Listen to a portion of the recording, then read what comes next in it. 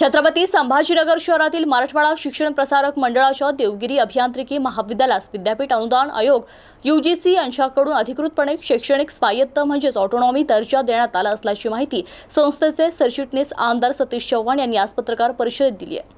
आमदार सतीश चव्हाण हे पत्रकार परिषदेत बोलताना म्हणाले की देवगिरी अभियांत्रिकी महाविद्यालयास स्वायत्त दर्जा मिळाल्याने मराठवाडा शिक्षण प्रसारक मंडळाच्या 2 महाविद्यालयांना आता स्वायत्त दर्जा मिळाला आहे। यापूर्वी देवगिरी महाविद्यालयास स्वायत्त दर्जा मिळाला आहे। स्वायत्त दर्जा मिळाल्याने महाविद्यालयाचा शैक्षणिक विकास वेगाने होण्यास नक्कीच मदत होणार असून देवगिरी अभियांत्रिकी महाविद्यालयात स्वतःचा नवीन अभ्यासक्रम तयार करता येणार आहे।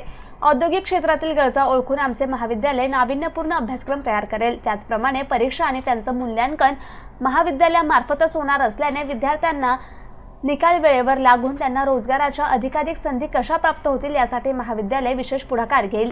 तसेच महाविद्यालयाचे प्रभारी संचालक डॉक्टर सुभाष लहाने यांनी सांगितले की विद्यार्थी आणि शिक्षकांनी महाविद्यालयास मिळालेल्या स्वायत्त दर्जाचे स्वागत केले। यामुळे विद्यार्थ्यांना अधिक स्वातंत्र्य आणि जबाबदारीपूर्वक अभ्यासक्रम शिकायला मिळणार आहे। तसेच शिक्षकांना संशोधन आणि शिक्षणात नाविन्यपूर्ण पद्धतीचा वापर करण्याची संधी मिळणार आहे।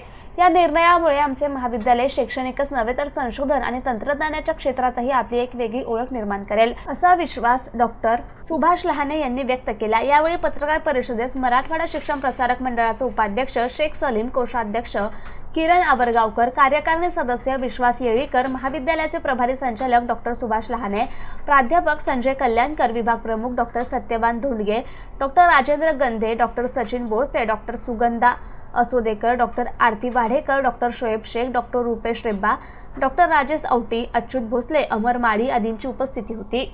आज देवगिरी अभियांत्रिकी महाविद्यालयामध्ये ऑटोनॉमस दर्जा स्वायत्त अकॅडमिक ऑटोनॉमी ज्याला आपण म्हणतो ही प्रदान करण्यात आलेली आहे।